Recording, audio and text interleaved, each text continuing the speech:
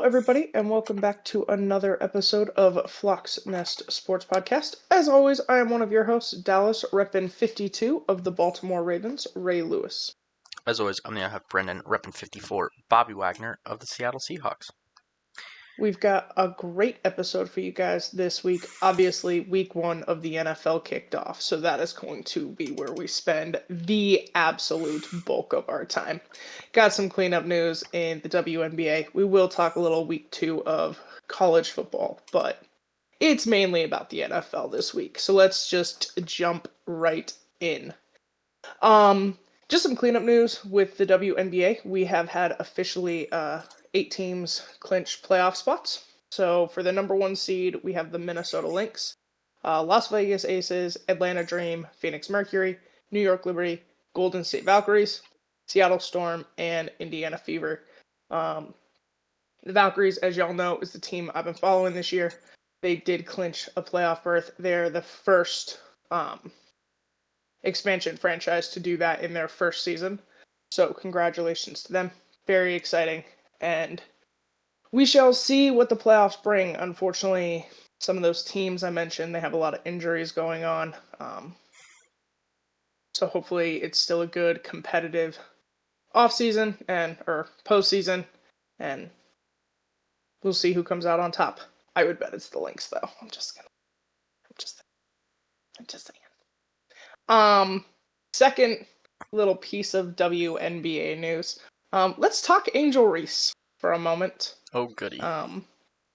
Because that was a fun topic of conversation this weekend. On top of football and everything else, was Angel Reese's suspension for half a game by her own team. So if you're unaware of the situation, Chicago is not playing well. They've had a pretty rough season. They are currently on a 3 or 4 game losing streak, I believe. Post-game, Angel Reese was asked her opinion on the situation. And her response was, they need to get good players. They even need to get great players, and that's non-negotiable for her. Here's the thing. 2 things. 1, you don't say shit like that. You don't. You can think it. You can feel it. That can even be true. You don't say it. You are a member of a team. The team is meant to have a level of camaraderie and unity. So to get on the podium and say they suck is insane. It's insane. Even in male-dominated sports, right? That's pretty rare. I don't think that's people don't say that. Because you don't want to put down the guys that go out there with you every game, every week. Maybe they're not great. That's a front office problem. Keep your mouth shut. The front office will deal with that situation. 2,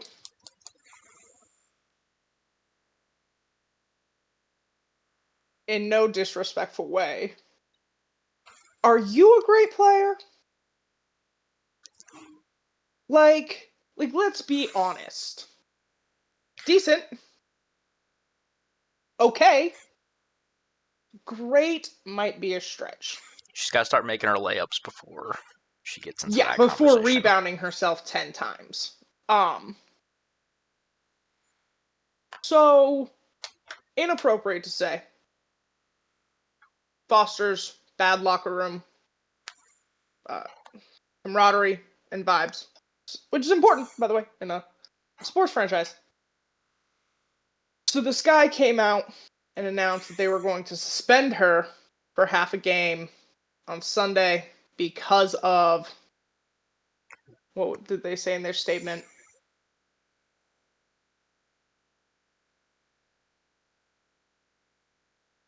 I wish I had the statement in front of me. It was basically for talking shit was the reality. I think it was like fostering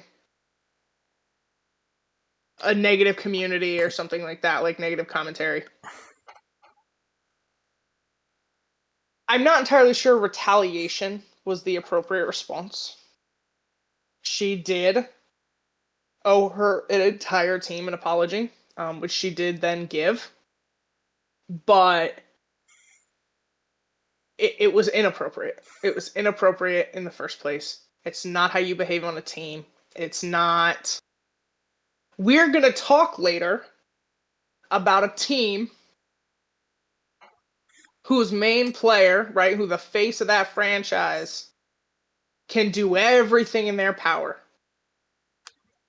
play at a phenomenal level, and then other people fuck it up. We're actually going to talk about that a lot this week. It was really common in the NFL. Yeah. Actually, yeah, it was. For specific position groups to fail, causing entire teams to lose. You know what teams didn't do? Get on the podium and throw those people under the bus. It's not how it works. So, miss, I don't want to be labeled the villain. Maybe stop acting like it. Just a thought. Just a thought. I understand that we're all about female empowerment right now, right? I get it. You're still part of a team. It's still a sport. Still camaraderie. These things are still important. It's still disrespectful. And I don't think you're a great player to be talking like they're the problem. So let's also be honest there. LeBron James comes out and says, hey, I think we need a true center. It's a little different. Take it more seriously. They don't have a real center. He is a superstar for almost 2 decades. It's a little different. Yeah, Patrick Mahomes comes out and goes, I need a true wide receiver 1. They draft Xavier Worthy. It's, it's a little different. He's not trashing his wide receiver group. He just needs something specific. We need great players. That's non-negotiable for me. Bitch, get out. Get out. Yeah. I'm just not sure what we're doing. So. That's psychotic. Maybe worry about your own game before commenting on others. Yeah.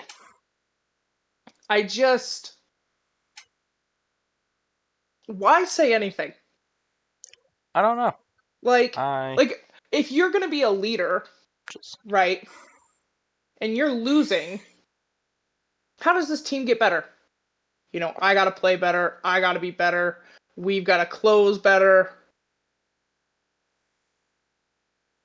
That's it. You can Google it.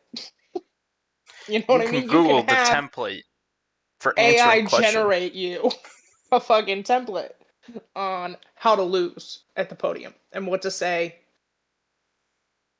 You don't have to open your mouth and say insane shit.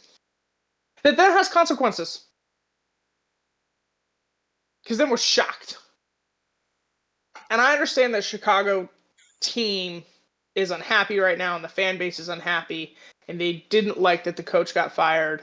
And I understand those things. And I understand being frustrated with your front office. Right? That's fair. I get it. There's still things you don't say. Yeah, it's a choice. It's a choice. Yeah. When Joe Burrow was asked about wanting Jamar Chase and T. Higgins, he did not get up at the podium and go, well, the defense sucks. So I need my wide receivers. I need you to pay wide receivers because obviously you don't know how to build a fucking defense because these players are trash. Nobody said that. I'm saying it. But nobody on the team said it. Nobody on the team said it. It's true. Nobody on the team said it. It's a little different. It's a little different. So,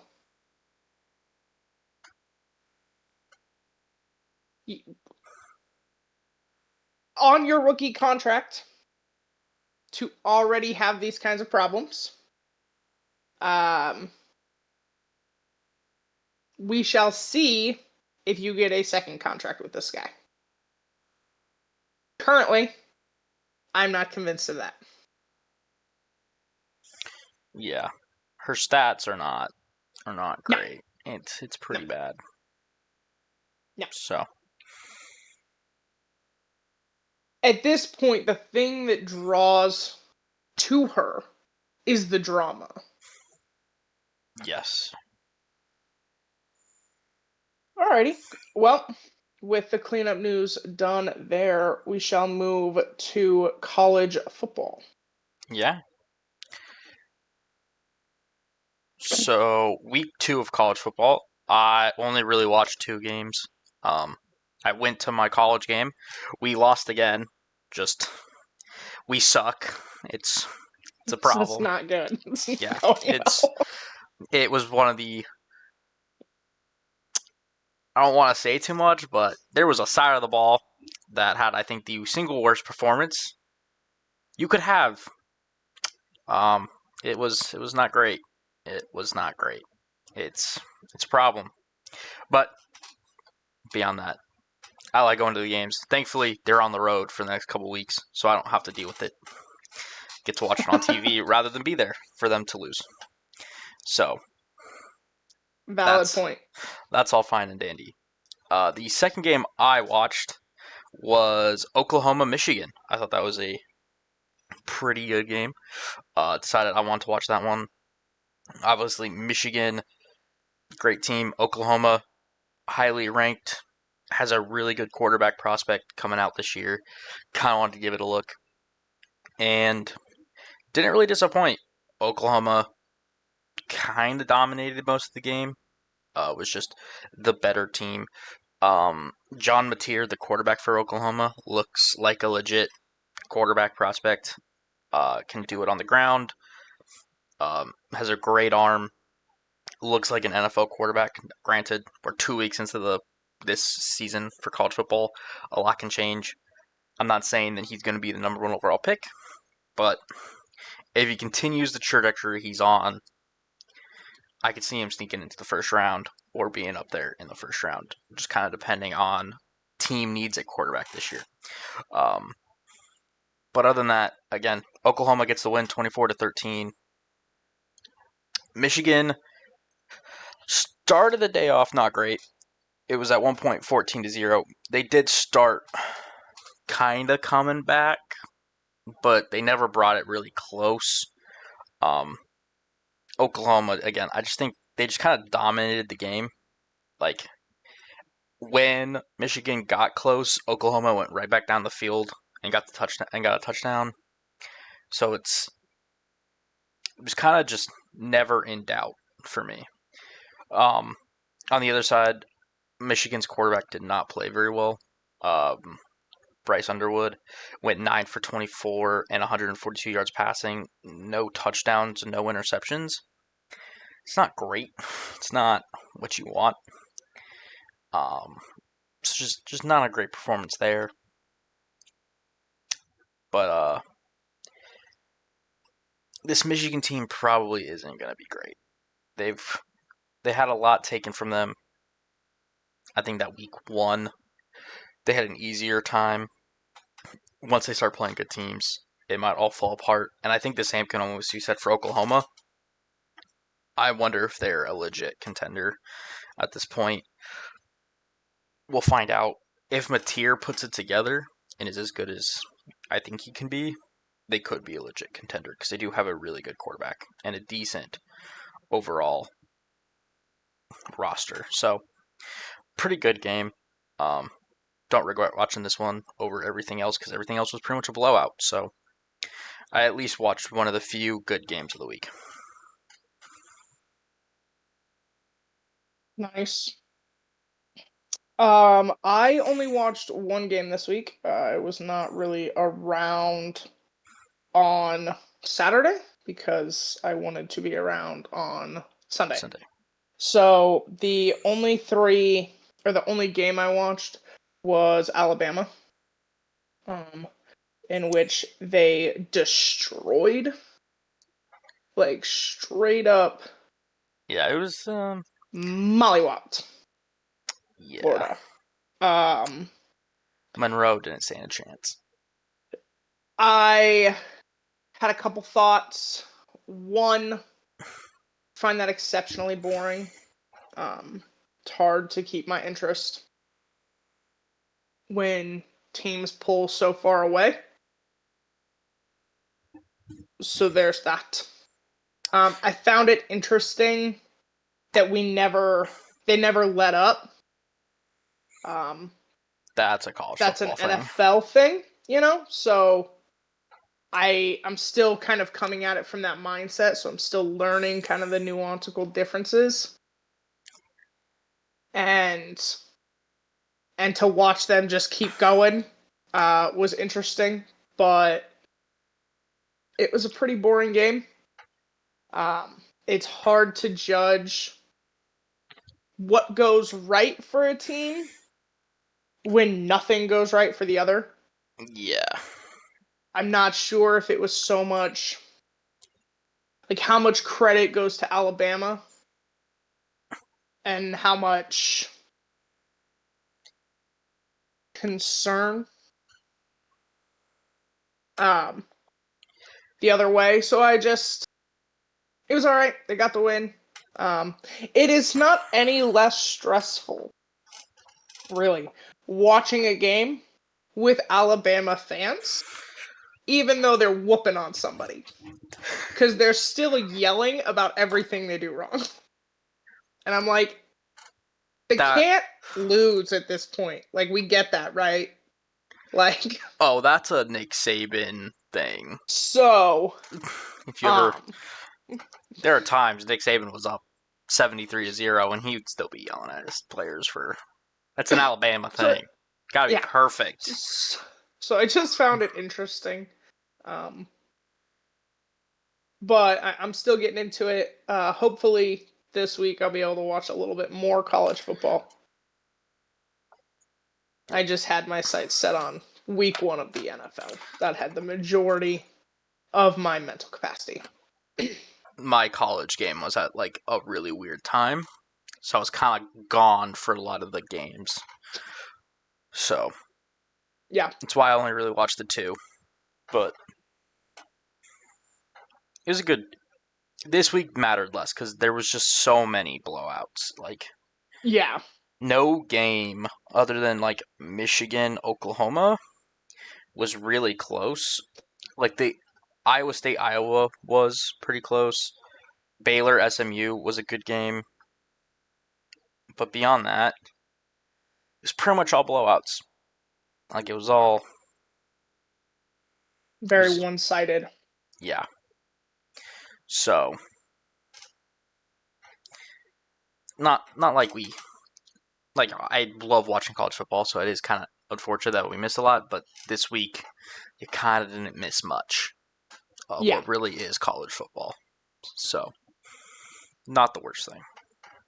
Fair. Alrighty.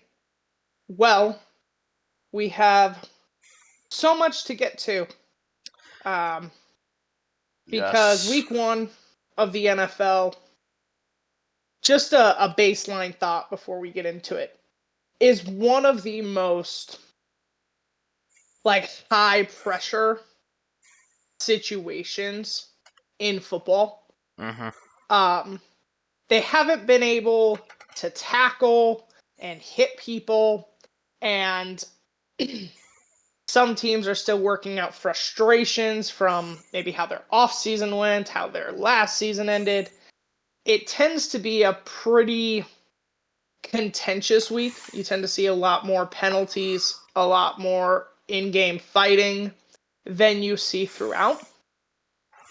The other thing, I wish it was like a rule where because you have to play a division game to end the season, I wish you had to play a division game to start the season. I understand that we really like having teams that lose to each other in the playoffs start their season, and that's fun for people. It's fine. We're going to talk about it later. It doesn't matter. I'm over it. But You don't the sound over it. games, the games that had some interesting fights or altercations, that's the word I'm looking for, in them, really did come down to division games. And to Yeah. start the season, that's a little more high pressure. So it is week 1 of the NFL. Brennan and I have said for years, we've said it on this podcast, week 1 tends to be a liar. It doesn't always give you a true idea of what a team is or who a team is. But it can. Sometimes it can be extremely honest. And sometimes the lie is too great to ignore, that you think it's a lie, but you're pretty sure it's not. Yeah. And there is one team in particular I'm thinking about, but we'll talk about There's all the one other games. that I'm thinking about, Yeah. and I'm curious if we have the same one. So I think we'll probably talk about, well, at least do a little rundown of every other game. I do think we're going to start with breaking news. Yeah, there's some news to Okay. get through. Nothing like major, but some interesting things. For starters, Juwan Jennings, who was a hold in for most of camp, ended up cashing in, getting a little bit more money. They add $3 million in playtime incentives to his contract. So instead of being able to earn 7.5 million, he's able to earn 10.5, assuming he hits certain playtime thresholds. It's really unfortunate considering he also just hurt his shoulder in the first game of the season. So, not great there for him, but not bad for the 49ers in terms of like if they have to save money. So, there's that. Next, Nick Bonito, the star edge rusher for the Denver Broncos, has a new contract. He gets a 4-year, $120 million max with $70 million guaranteed. It's a pretty decent contract for the going rate of edge rushers right now. For someone that is pretty solid there in Denver, so it's not a bad move for them. Another extension is Zion McCollum, the corner for the Tampa Bay Buccaneers, signs a 3-year, $48 million contract with 35.4 guaranteed. Another decent extension there for the Buccaneers. Get one of their key defensive players locked in. Pretty solid. Another extension, Amani Hooker, the safety for the Tennessee Titans, has agreed a 3-year, $48.6 million contract with 29 of that guaranteed. Just a lot of extensions right now. That's kind of what we see week 1. There's a couple more. Cam Hayward does not get an extension, but gets a reworked deal that will add $3 million in incentives to his current deal, which will allow him to earn up to 18 this year. Not really sure what the incentives are. I've got no news on that. Probably playtime or certain stat like sacks, TFL, something like that. So that's good for him. Lions wide receiver Jameson Williams agreed a 3-year, $83 million extension with $67 million guaranteed. A pretty hefty extension for someone that hasn't produced a ton in the NFL. He's been solid, but not great. So kind of an interesting extension there for Williams. And then the last extension is Colton McKivitz, the right tackle for the 49ers, has agreed a 3-year, $45 million extension with $27 million guaranteed. He's not a bad player for the 49ers, so for them to lock him up isn't bad. And then we have some signings. So the Eagles have signed Zadarius Smith, the free agent, to a 1-year deal. So he's coming back. He gets to play with the Eagles. They're beefing that pass rush, which I don't know why they need to. They're a fantastic defense. So the rich just get richer. It's a common theme today. Um, the Browns finally sign Quinshon Judkins, their second round running back. Um, this comes after his investigation into domestic charges. He was proven not guilty. The NFL is still doing their investigation, in which he is, I think, having a meeting today in New York with the NFL with that investigation going on. So we're still waiting for that. But as of now, he's signed with the Browns, so he can, in theory, I think, start practicing. But they are still pending the NFL's investigation because they do their own look into all matters. So there's that. Uh, One of the more interesting things that happened this week is Amari Cooper has decided to retire from the NFL after signing with the Raiders this offseason. Spent like a week with the Raiders before deciding to call it a career. Um, Kind of unfortunate for the Raiders, considering this is who they thought would be their wide receiver help. But at the same time, if he doesn't want to be there, he doesn't want to be there. And if he wants to be done, he wants to be done.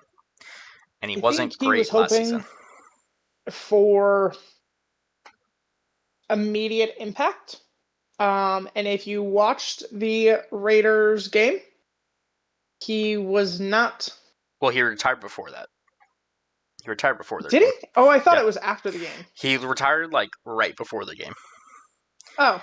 I Well, think then I'm going to assume he wasn't really part of the game plan. that would be an assumption. And I also think Pete Carroll runs a very different style team in which I'm going to guess he just wasn't about.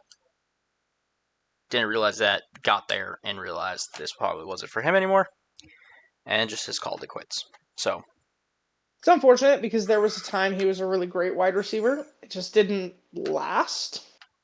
yeah. And he spent a lot of his career with terrible teams, like the prime for a Yeah. wide receiver with terrible teams.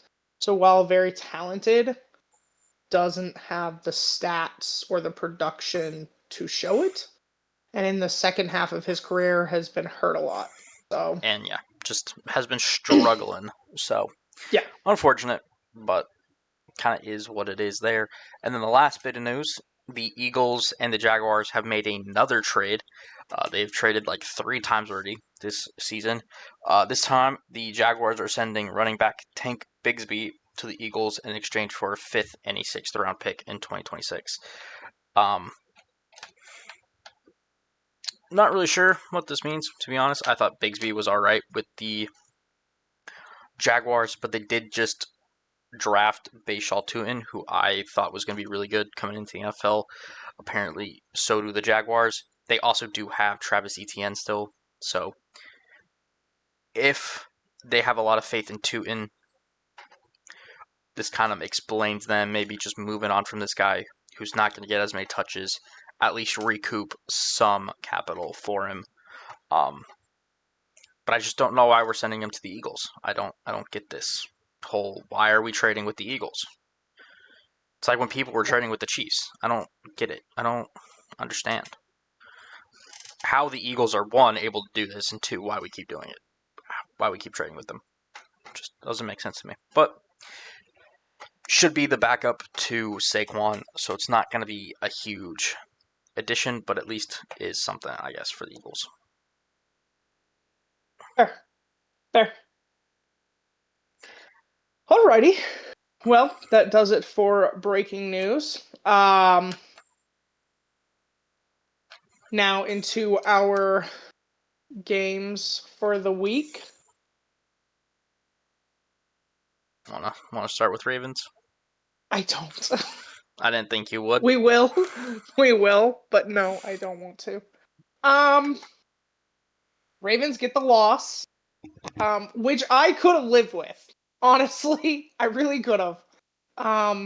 The manner in which everything happened was the issue, right?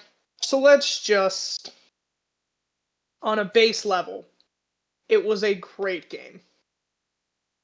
Two great teams Two great quarterbacks, just dueling it the fuck out. Great game. Couple of problems. I got on this podcast and I said, for reasons I was seeing in camp, I thought this year could be different. And I was smacked by the universe for it.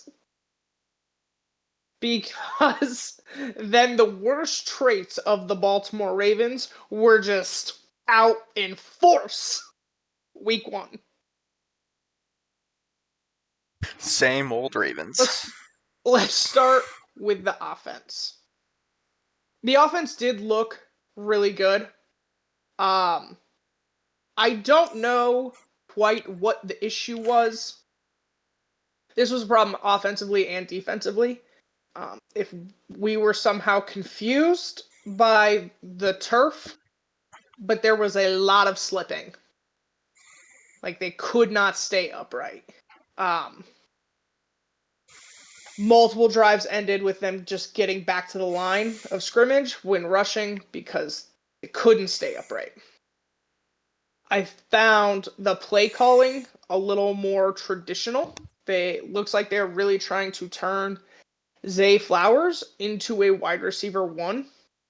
Mark Andrews only had 1 target, which really surprised me. Kohler didn't have any. Bateman had 2, I believe. D-Hop had 1. Now, that was a great play. We're going to get to that. But Zay and the run game were kind of the focal point. To put 40 points up in the NFL is a great thing. Lamar played phenomenally. 2 passing touchdowns, a rushing touchdown. Phenomenal. People were chanting MVP during the third quarter of the game. Like, let's calm down. It's a little early in the season.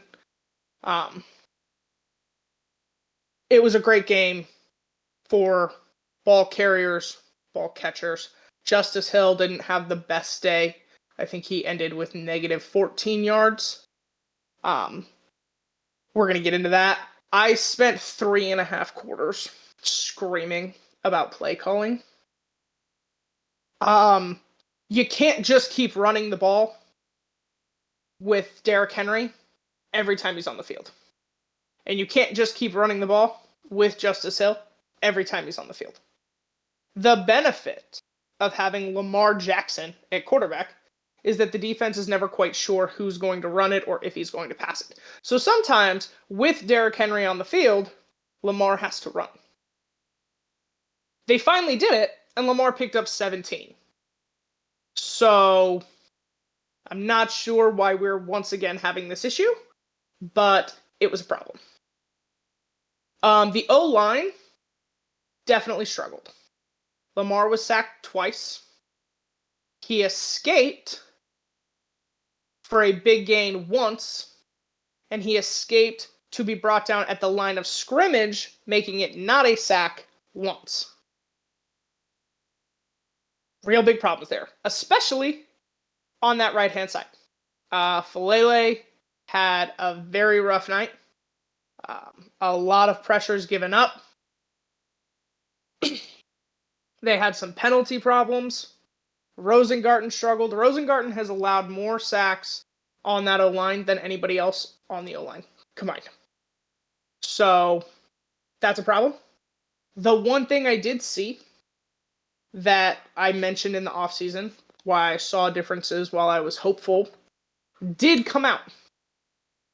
Lamar, they had 2 penalties on the O-line and a sack. Lamar and the offense went to the sideline, and Lamar did not sit down. He was in his O-line's face. He was getting them in line. He was being that vocal leader that I've been wanting to see. And we saw that then translate onto the field. They did not have another pre-snap penalty after that moment. So progress. and some positive things in that regard. D-Hop's one-handed touchdown catch, phenomenal. That is Phenomenal. why you signed DeAndre Hopkins, I guess. Yeah. Like, that was the moment. Like, I don't need him out there every play, but the 50-50 go ball guy diving into the end zone, it was great. I was really happy to see it. I was really happy to see he and Lamar had a connection. And at D-Hop's age, he doesn't need to be on the field 100% of the time to feel involved or stay engaged. So that was great to see. Really exciting to see. I'm still a little surprised at kind of how we're using our wide receivers right now, and we'll see how that develops. We used Bateman as a more route runner this week, which has not been his forte. But with D-Hop in the mix, it's just seeing how things adapt. Now to the defensive side of the ball. What the fuck? Like what the fuck? The penalties off the charts.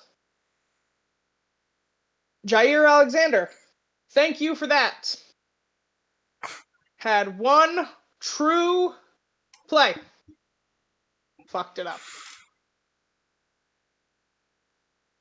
Had a 15-point lead.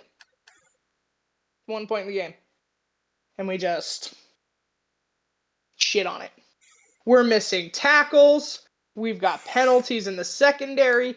It looks the exact same as it did to start last season. The exact same. That was not good enough.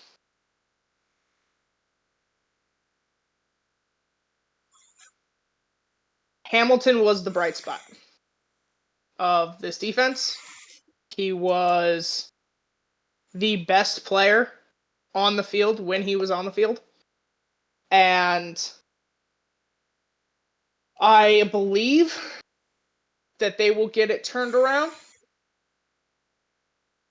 But how are you out here as the Baltimore Ravens defense giving up 500 yards? That's ridiculous.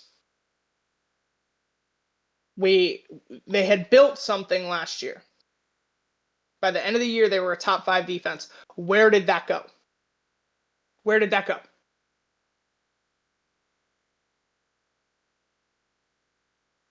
I have not seen in any past year them call for Harbaugh's job so quickly.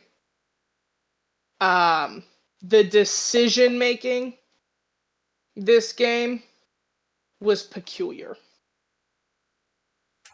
4th and 3, up by 2, a minute 53 to go. Buffalo's got no timeouts. You want to explain to me the thought process behind punting that ball? I understand you're in Bills territory. If you turn it over, they're in scoring range. Defense hasn't been able to stop shit all day.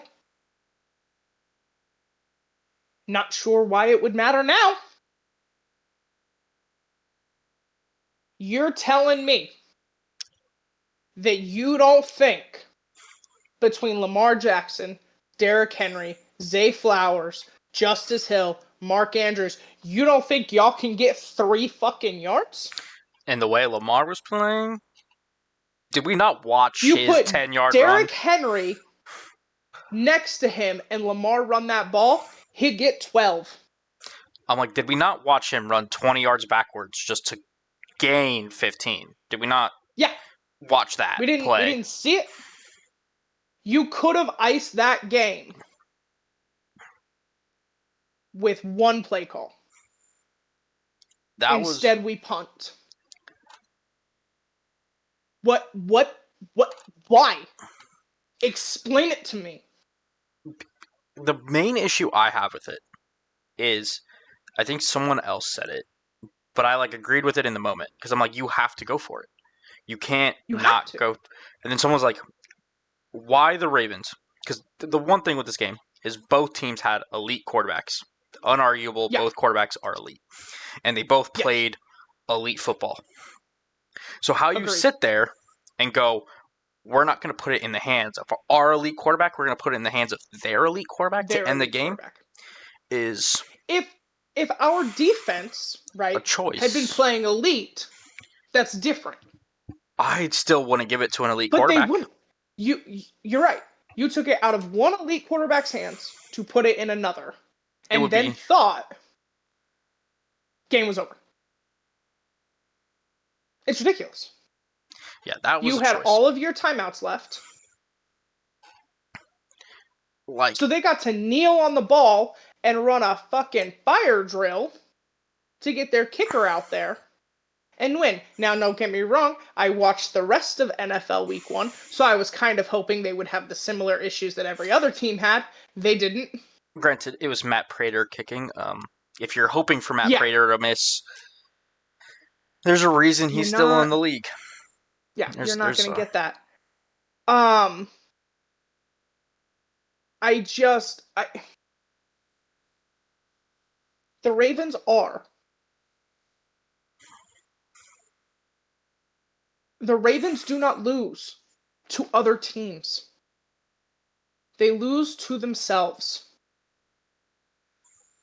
I have not witnessed in this era of Ravens football the Ravens play their best and the other team play their best and the Ravens lose. You know why I haven't seen it? Because it doesn't happen.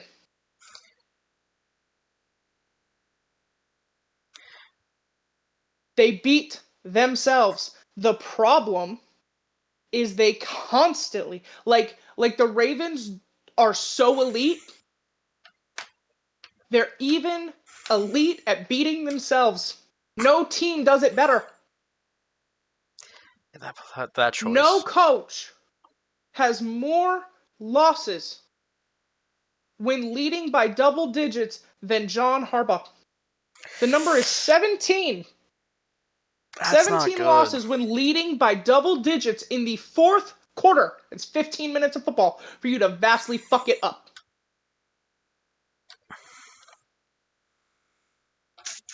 That's a problem. I like Harbaugh. Maybe it's time.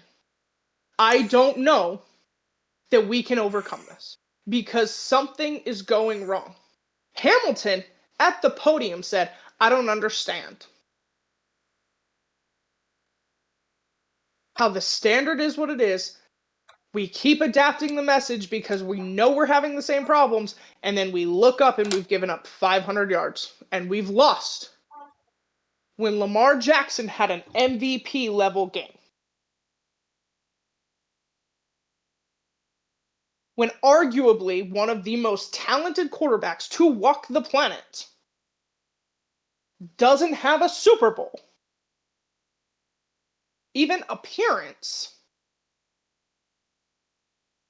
because we hit the field and decide the opponent across from us isn't good enough. We have to fight ourselves.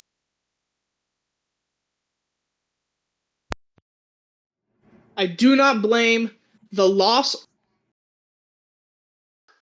It was a bummer, really inopportune moment. Sucked. This team should be able to overcome that. The talent on this team should be able to overcome that. I saw a really funny clip, saw a really funny video. And if you've never seen the movie Good Will Hunting, right, I recommend it. It's a great movie. And it's a young, very young Matt Damon. And he's like a math genius. And he's holding paper and he's talking to a professor and he's like, do you know how easy this is for me? Like, I'm sorry that you can't do this like I can, but it's so easy for me, it hurts. That was Lamar in this locker room after the game. Is it so easy for him? And the rest of them out there going, fuck it. Let's not tackle. Let's not stop anything. I don't know what equipment manager went, we played this game last year with snow on the ground. and stayed upright better, except for the one unfortunate moment that we all remember,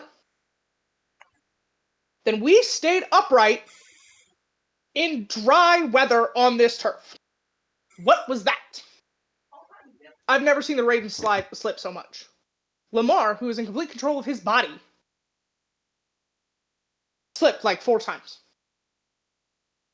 Like, what's happening? I was frustrated. I was unhappy. I know that they'll still be competing for the number 1 seed in the AFC. They are, however, currently not winning their division because the Bengals won. I know they'll be in the playoffs. But the fact that you are already having quintessential Ravens problems? Like, what the fuck? Why? That's a problem. That's a problem. For who?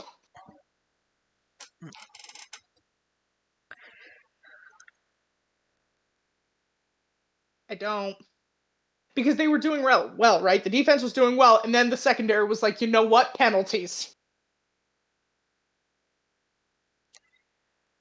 We caused the Bills to go 3 and out in back-to-back-to-back drives. And then the secondary went, you know what? This has not been... We don't feel involved.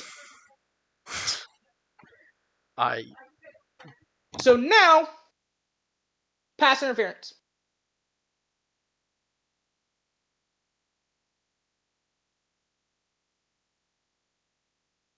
And then there was a point when the offense stalled out. 40 points should be enough. But we keep trying to give the ball to Derrick Henry when he's on the field to run it, and the defense knows that. The play calling has got to get better on both sides of the ball. And our decision-making vastly needs to improve. Because to take the ball from Lamar and give it to Josh Allen is insane. It's insane. You're telling me you didn't have a play that you could have guaranteed 3 yards? I have 4 off the top of my head. It was disappointing, and it was ridiculous. Good game. If you look at the box score, you go, oh, damn, that was competitive. It wasn't. It wasn't. I don't get it. Okay, if you don't get it when you go for it on that 4th and 3, you're going to lose. But at least you lost knowing you tried. Yeah. Punting it, you just conceded defeat. You're like, we're just going to give it with Matt Prater on the sideline, by the way. With Matt Prater. With Josh Allen at quarterback. Like, with the defense that couldn't stop shit. Like, I was horrified. Because Harbaugh is not the most, like, we go for it every time, right, kind of guy. But he always goes for the win over the tie. He always goes... Like, there are things that Harbaugh has kind of always done that make me go, that's our coach. Knows when to be risky, when to take the shot. I'm watching it going, obviously they're going to go for it. And then they didn't. And I was confused. I was confused. I'm still confused. Was a choice. Still confused. I'm still... Like, if you don't get it, you at least, again, go out trying. You tried. You gave up. Punting it to Josh Allen was you just giving up on the game. Like... Final thing I wanted to talk about was the end of the half. I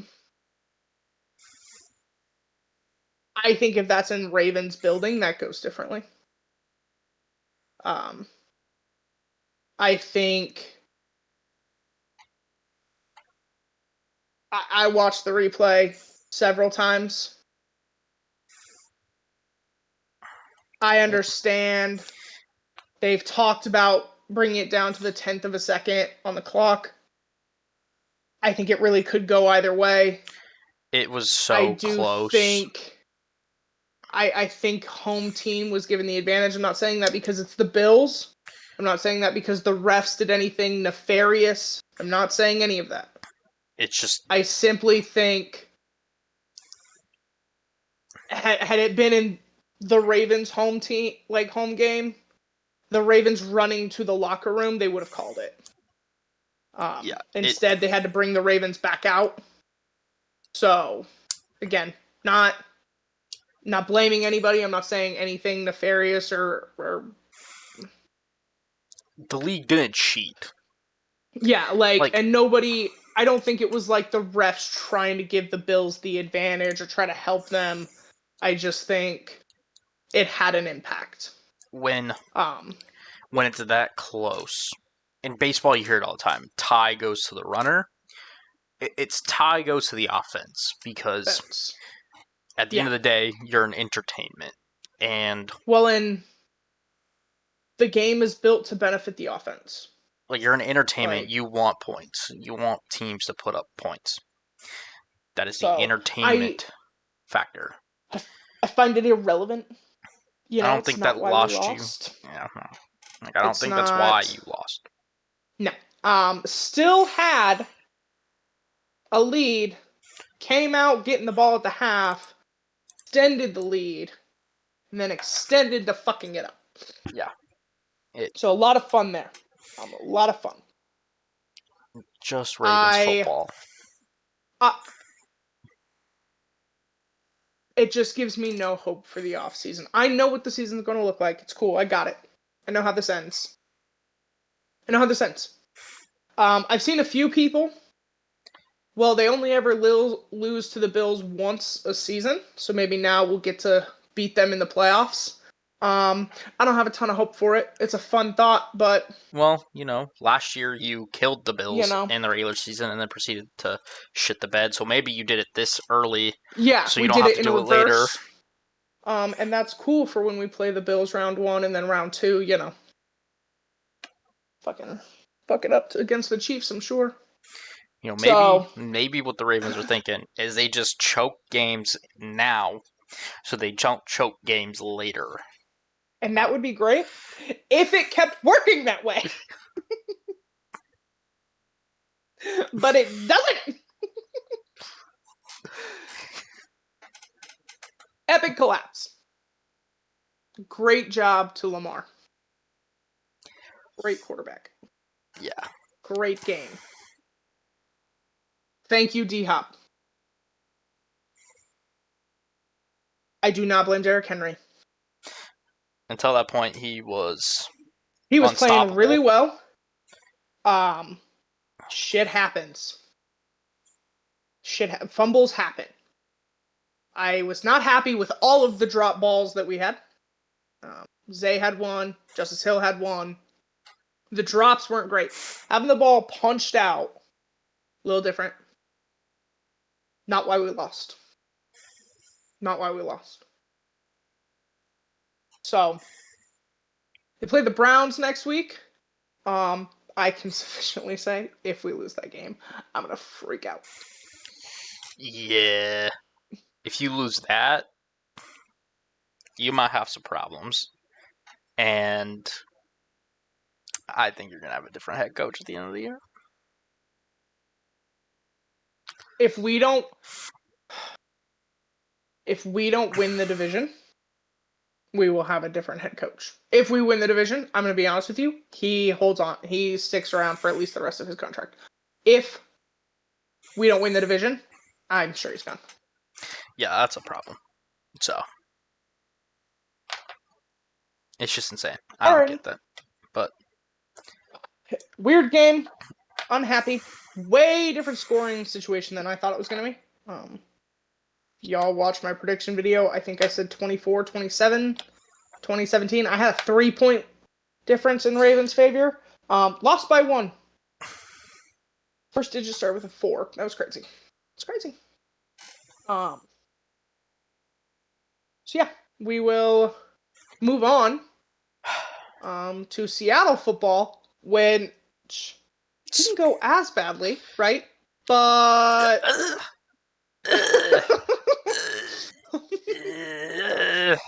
I don't know. Not great. we'll, we'll get to the game in a second. I have one bit of news before we get there because it happened Okay. before the game. The Seahawks re-signed Abe Lucas to a 3-year, $46 million extension.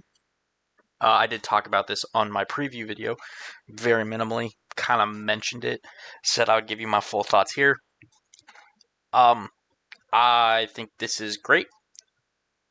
Even after the game, I still think this is great. I think he's a great player. Nick Bosa is gonna beat you occasionally. It'll happen. It's Nick Bosa.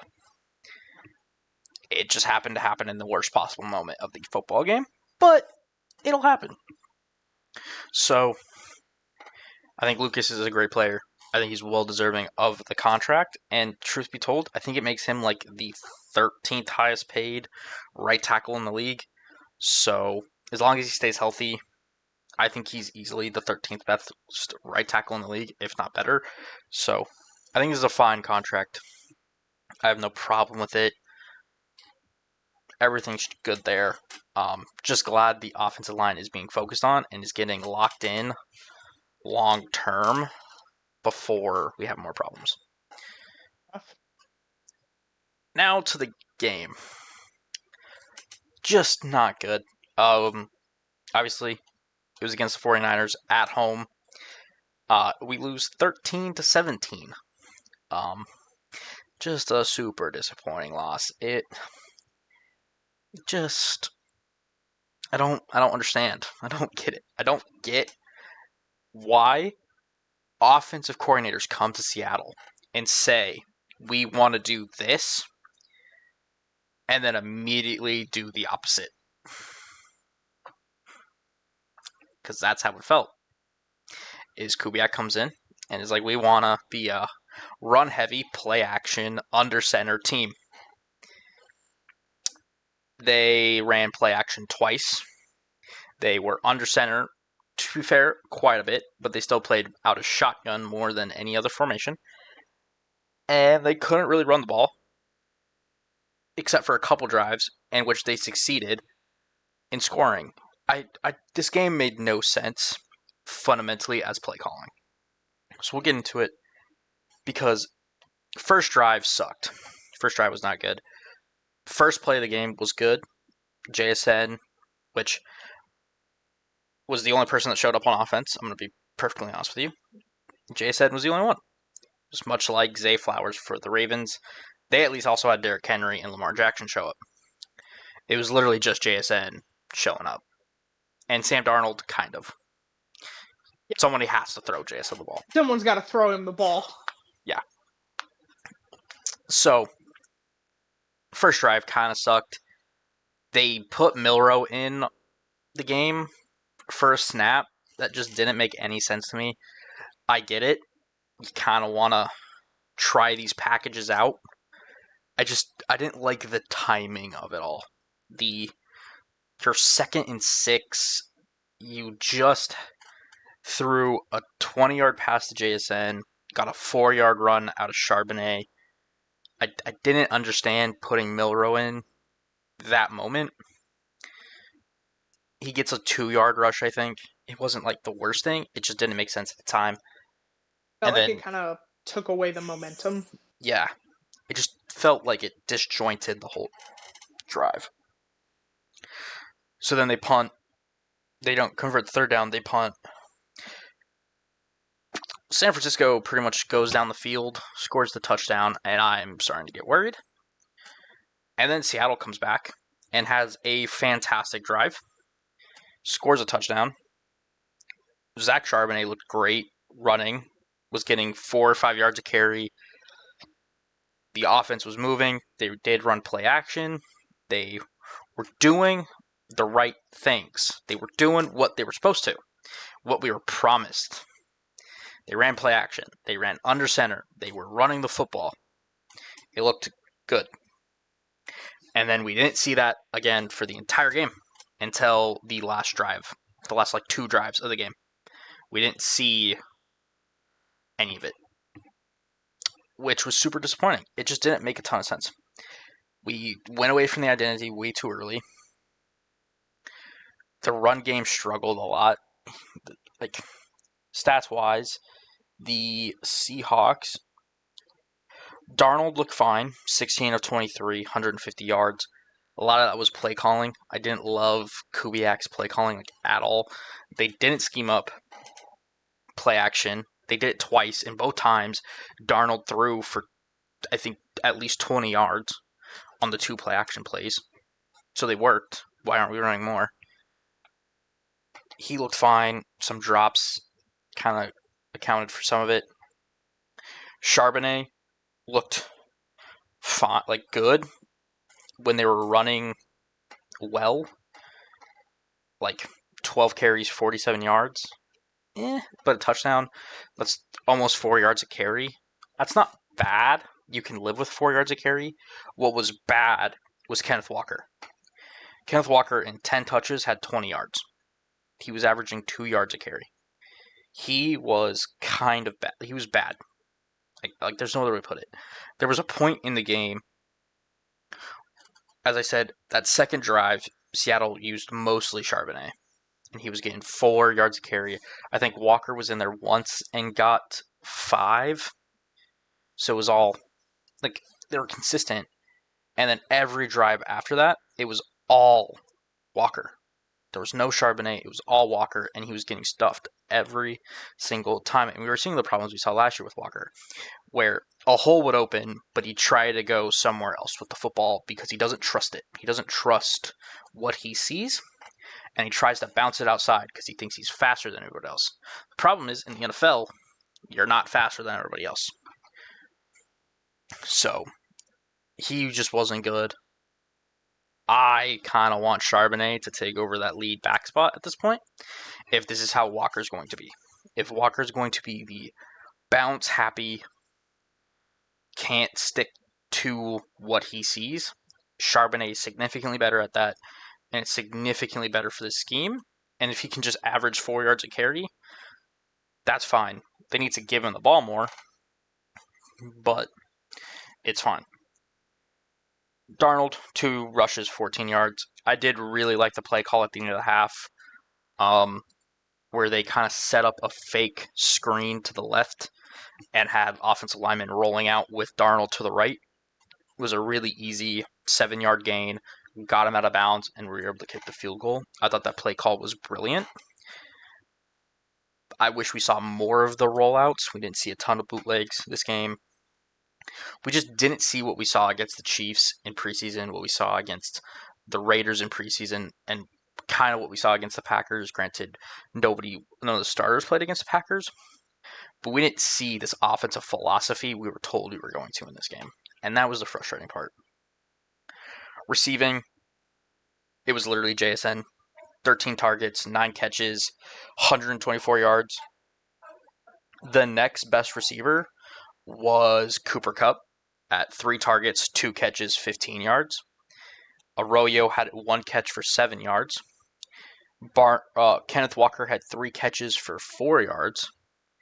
And Barner had 1 catch for 0 yards. So, not great. Not great. I was kind of afraid this receiver room was going to be a problem. And if we're going to play like we did against the 49ers, it will be. If the play calling changes and we go back to what I think the identity of this team is, which is play action under center, I think you'll see more players involved. I think the tight ends will get more involved that way because it's easier to scheme them up. I think you'll get Cooper Kupp more involved. The one thing I was really disappointed about is that Torrey Horton didn't get involved at all in the passing game. Thought that was really, really disappointing to see. I don't know if that was play calling, if he just couldn't get separation. Not really sure what happened there. So it's just super disappointing offensive performance. The Seahawks did have 1 fumble, or they had 2. They had the JSN fumble. Really unfortunate. Can't put the ball on the ground, but when you're the best player of the day, it's tough to condemn you that much. And then Sam Darnold's at the very end. That one was super tough. That one sucked because Darnold was having a pretty decent game, and the Seahawks were driving at the end of the game, and I was pretty confident they were going to score on that. And then Nick Bosa Yeah. destroys Abe Lucas into the backfield, and of course, Darnold just has to smack his offensive lineman in the ass and lose the football. Like, of course he does. Of course. It can't just be Bosa smacks the ball out of your hand.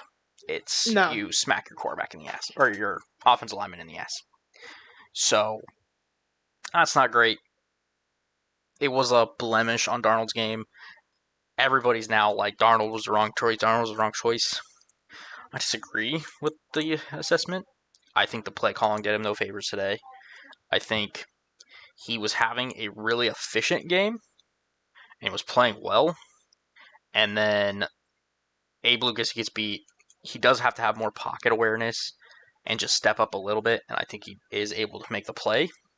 But at the end of the day, Abe Lucas gets destroyed instantly. And he's going to throw it to an open player. There is a player wide open that he's looking at.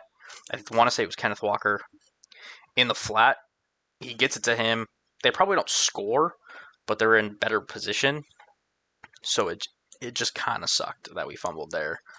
But in no way, shape, or form the Seahawks deserve to win that game because the offense was pitiful. It was not good. I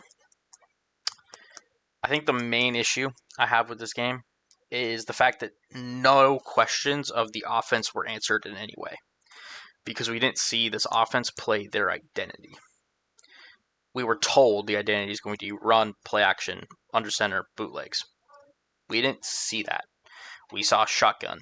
We saw not their identity that we were promised. And I think that is a real issue. And that's why none of my answers are questioned. Because it is significantly easier to scheme up tight ends in bootlegs, under center, in these ways. It's easier to take shots down the field with play action. So we didn't see the receivers, but I don't think the receivers were put in a position to be seen. It cannot be JSN every week. He cannot have 9 catches, 124 yards every week, and that be a winning formula. It's not sustainable. Like, don't get me wrong, I'm glad we kind of put the JSN's not a number one wide receiver to bed in a way, but we need somebody else to also pick up some slack. So that was unfortunate. The offense as a whole just wasn't great. And we'll talk about one specific play real quick. The 4th down in which the Seahawks kicked the field goal to take the lead. I said I disagreed with the Ravens not going for it. In the moment, I thought Seattle should kick the field goal. I thought you should take the points and trust your defense.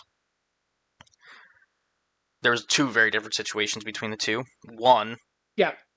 you're kicking it to Seahawks had the opportunity to put up points to take the lead. 2, they're giving it to Brock Purdy, who's not an elite late game quarterback. And 3, the Seahawks defense to that point had allowed 10 points. I think it was reasonable to kick the field goal, take the lead, trust the defense. Didn't work out. Everyone's now second guessing that decision. I still think it was a good decision or a fine decision. Like, obviously, going for it, it was less than a yard. I think it was 4th and 1, but everyone was saying it was less than. I couldn't really tell. But we saw how bad the offense was and how little they could do, and you were confident in the offense able to pick up that yard. I don't know. I think you take the points and trust the defense, who at that point was playing stellar and was playing out of their minds. And overall, I didn't think had a bad game until that last drive. Defensively, they were playing great. I thought the D-line, they had the highest pressure, or one of the highest pressure rates of any team in the week 1. They were getting after Purdy. No sacks, or they had one. They had one from Julian Love. But not a ton of sacks, but a lot of pressure. They were getting into the backfield. DeMarcus Lawrence, 2 TFLs. He was a force. He looked like a great signing. Witherspoon in the backfield. Ernest Jones in the backfield.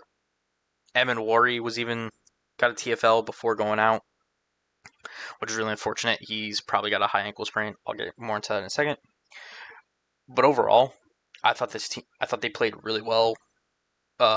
Leonard Williams looked great, other than the one penalty that extended the first drive for the 49ers. And then the last drive was probably the worst last drive by a player I've seen in a long time. Because Tariq Woolen sucked that last drive. Comes on a previous drive, saves a touchdown, was looking great, was shut down most of the night.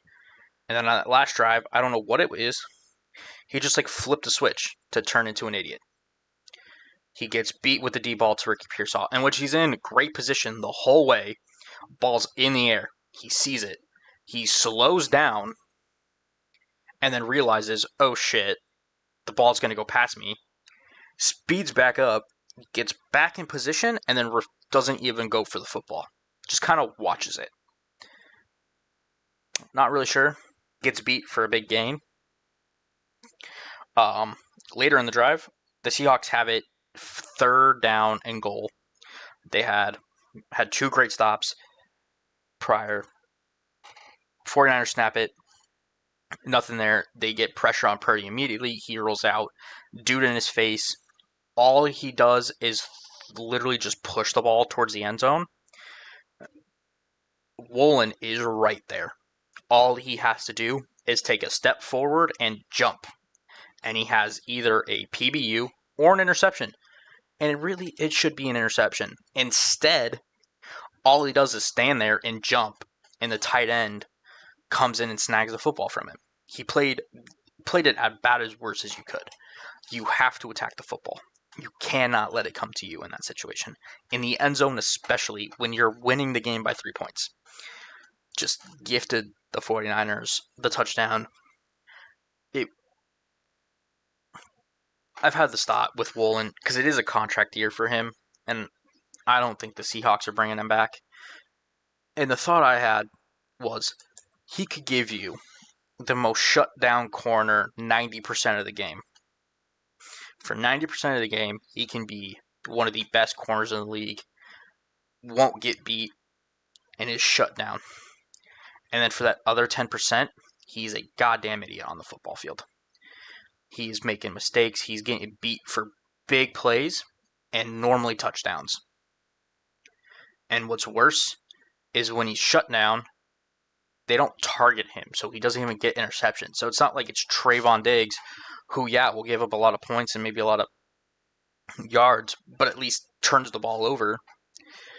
So, really disappointing there. Woolen kind of just sucks, honestly. If you can't trust somebody that for 10% of the game might just shut it off and call it a day. You can't have that, especially in the secondary when everything else on that play was perfect. You got to Purdy early. You had a guy in his face. You forced him to make a terrible decision. Throwing the ball up like that is a terrible decision. Throwing the ball up to nowhere, where there's 3 Seahawks, and Tariq Woolen, who's 6'4", and led the Seahawks in interception his rookie year. Someone that is known for intercepting the football, and you don't punish him for it, just not good defense. Which, again, I thought the defense played well for most of the day. Like 2 interceptions, 1 out of Jones, 1 out of Job. Great. Julian Love, 10 tackles, a TFL and a sack. He played great. Witherspoon, I think, had a pretty off day.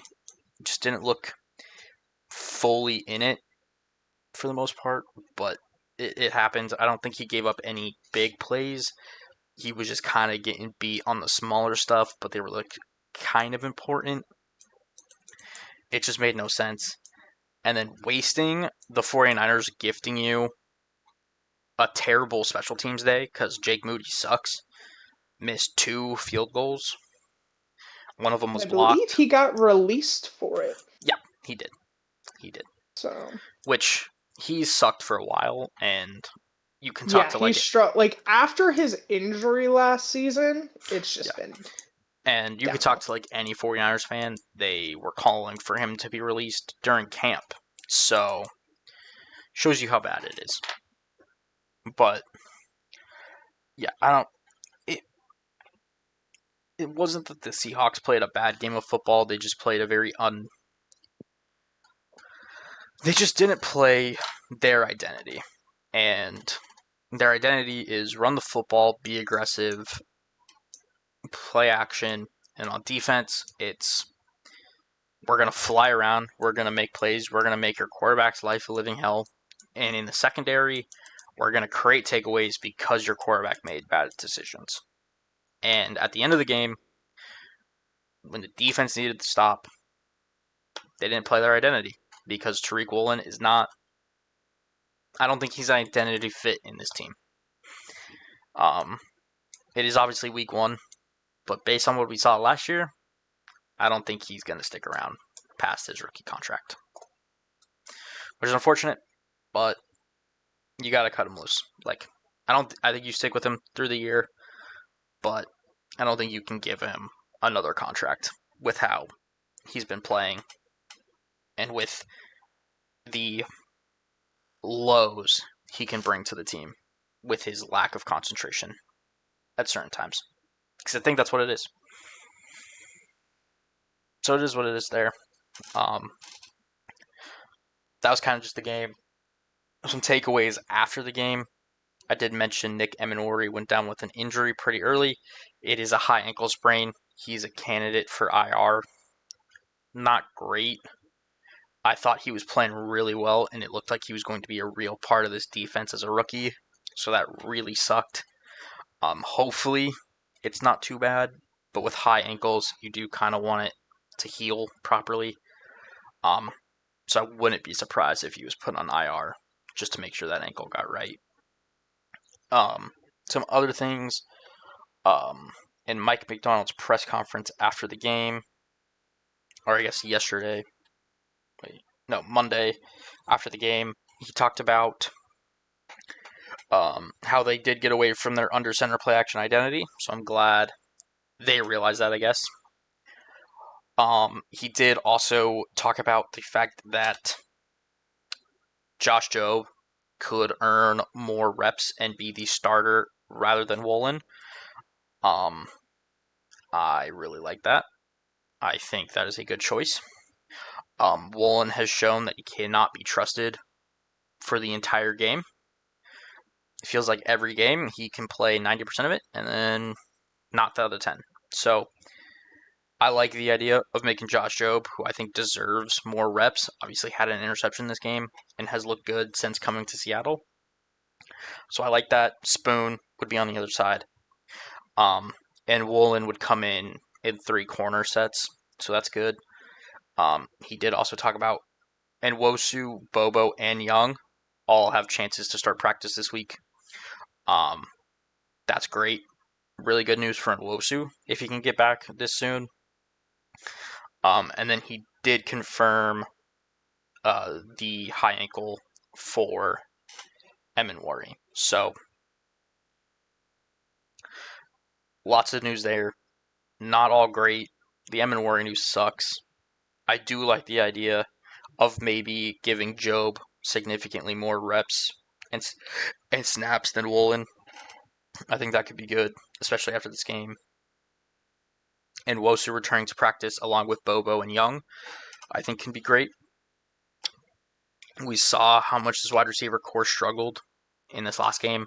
Hopefully with Bobo and Young, they can kind of give some different looks out there. And then Nwosu, I think, will be a huge part to this defense and this edge rushing unit. So, more good news than bad, but the Nick Emenwari news really sucks because I think he was going to be really good this year. Just based on how they were game planning for him this game.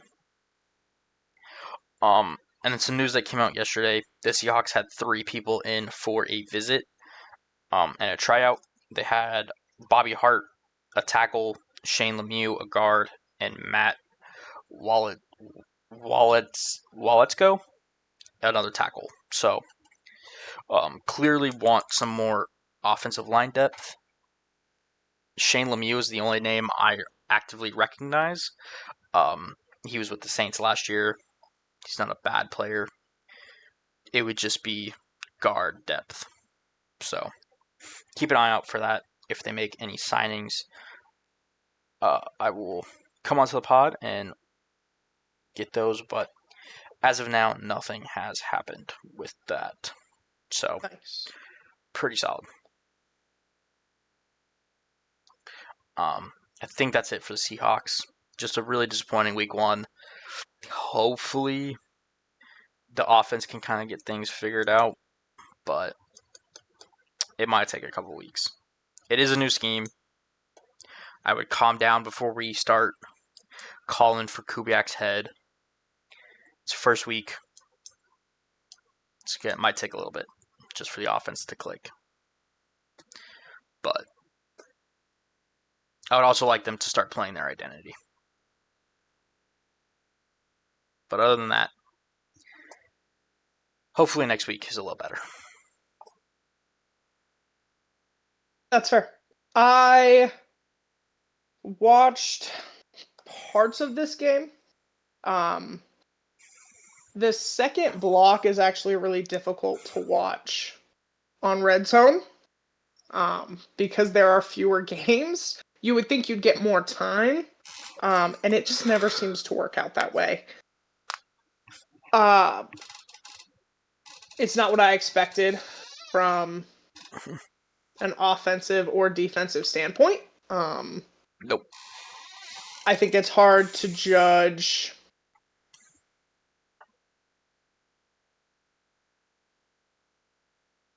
from a analytical point, which is where I would come from, as I did not have a dog in that race, when it's not what I thought they were going to be. I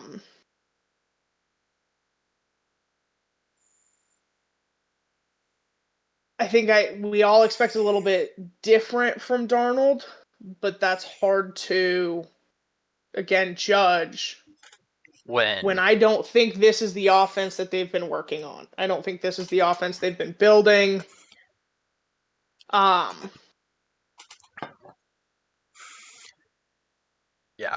I don't. It just didn't make. It was hard. A ton of sense. Little confused, but on the bright side, the offensive line played well. Only allowed one sack. It was the. Well, I'm glad somebody's did. It was the game-ending sack, to be fair. But it was one sack. I think only 8 pressures. Nice. Like 3 QB hits. So overall, the offensive line has improved, which is a huge bonus, I guess. Hopefully, the offense figures it out, and we move on. But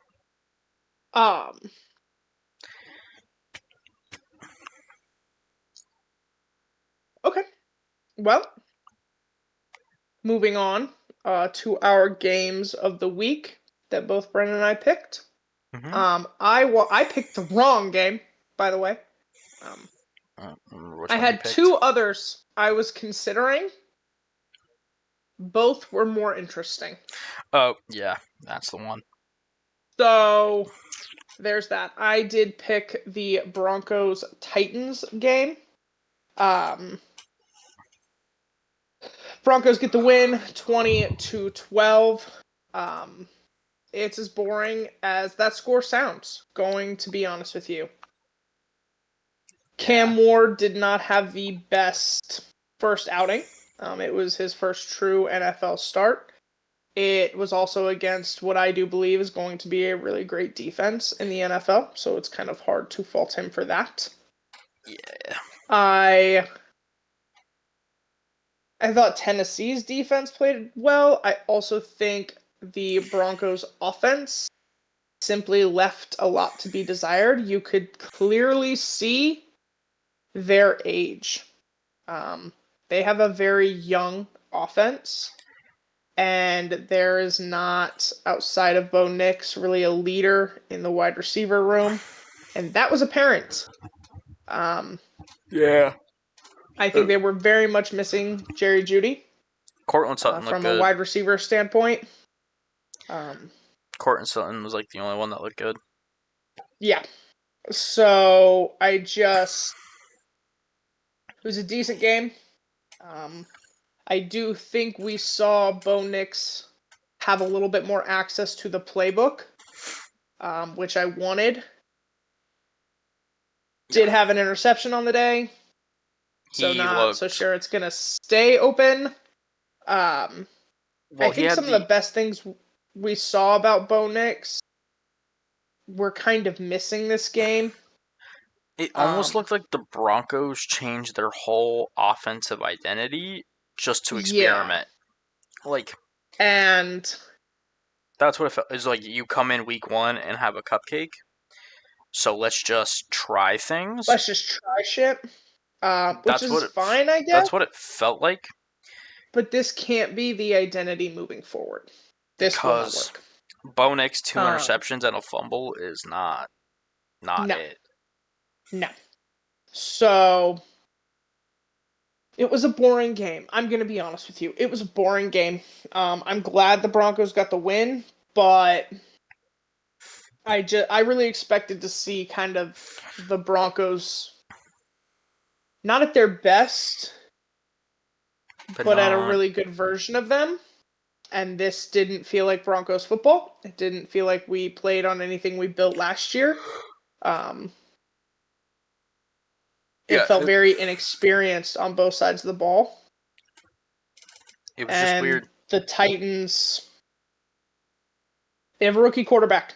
Um, I thought he did some things really well, but this is why most rookie quarterbacks sit. Yeah, It was not a great game. his wide receivers did not do him a ton of favors. No. 12 for 28 at 112 yards. It's not awesome.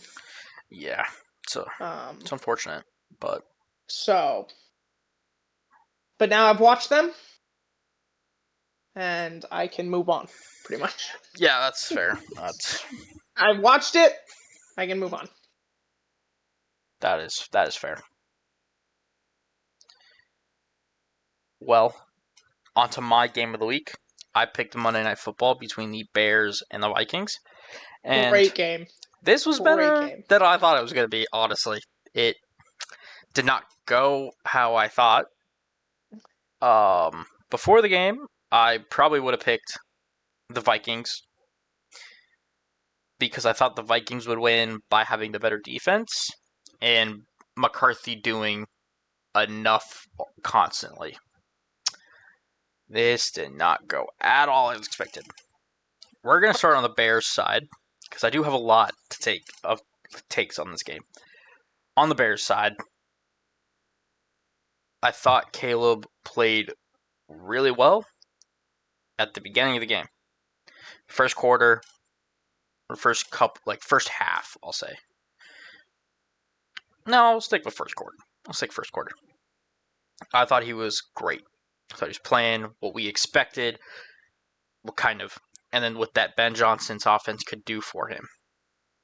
And then the penalty started coming for the offense. Lots of false starts, lots of penalties. Not great. And you could just see, as shit happened, Caleb Williams' performance get worse and worse and worse and worse and worse and worse and worse. And it just kind of reaffirmed the opinion I already had of Caleb Williams. Is when adversity starts to hit him, he immediately starts to suck. And it's just this constant feedback loop because then he starts to suck. So then it's more adversity, and then he gets worse and worse and worse and worse and worse. And I think we've said a lot of times on here, and I think this game just kind of this game affirmed our opinion.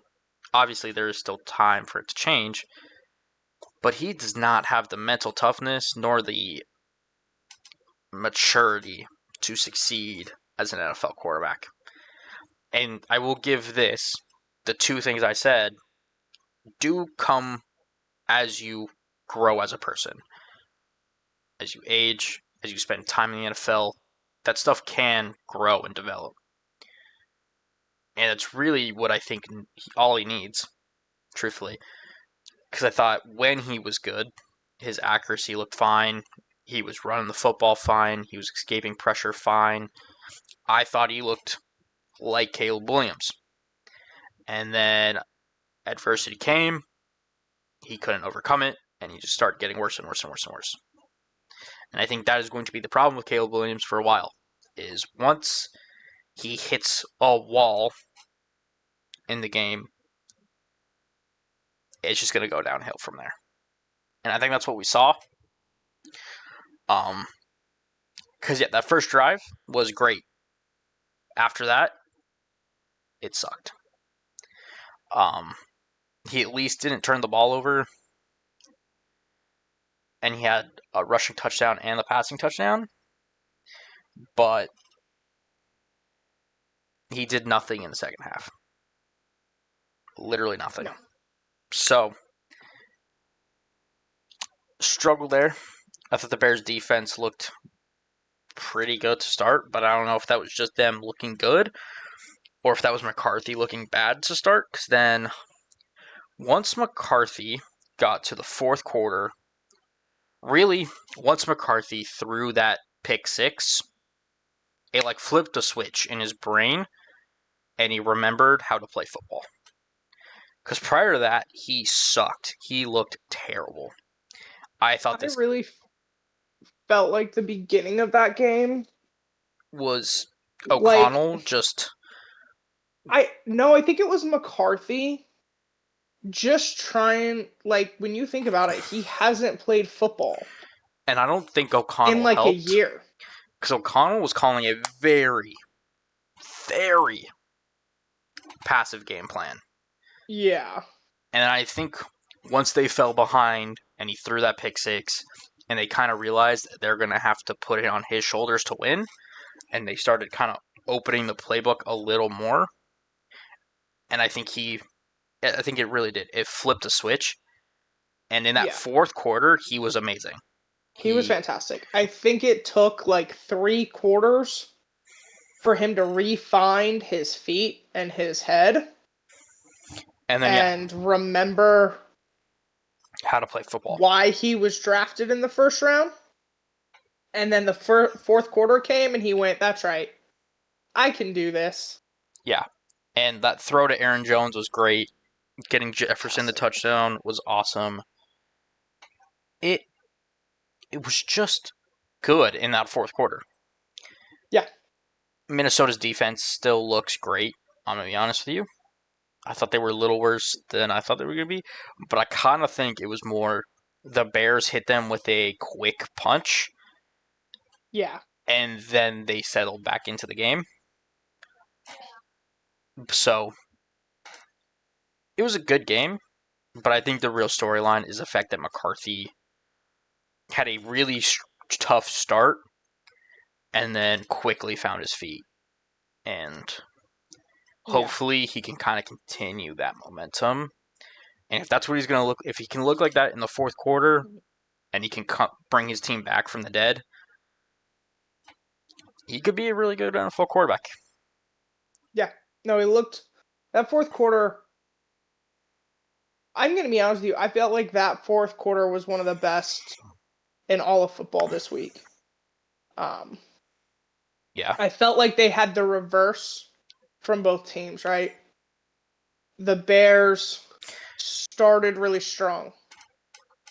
And when they hit adversity, like you and I have talked about extensively, we saw those problems creep back in. We saw that mentality. We saw that ability to stand tall in the pocket, the ability to be a leader on the sideline. All of those things slip away. The Vikings started really rough. I was like, oh God, here we go.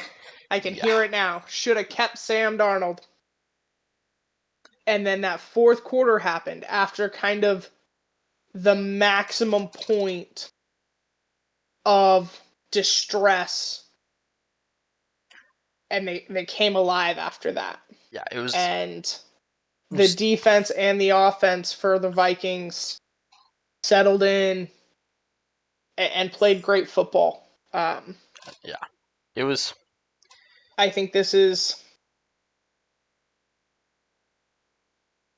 for that division this week, a very interesting week, and I think they're definitely going to be.